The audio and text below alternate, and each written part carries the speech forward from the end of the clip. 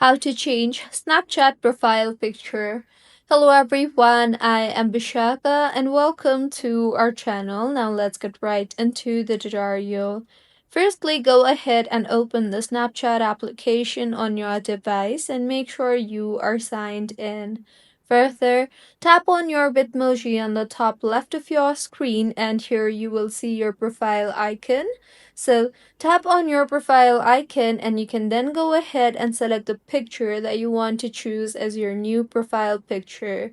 You can also tap on the memories option if you want to add your new profile picture from your memories.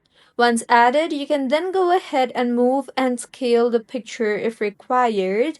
And finally, tap on the confirm option you see there in order to save the changes that you just made, and with this your profile picture on Snapchat will be changed.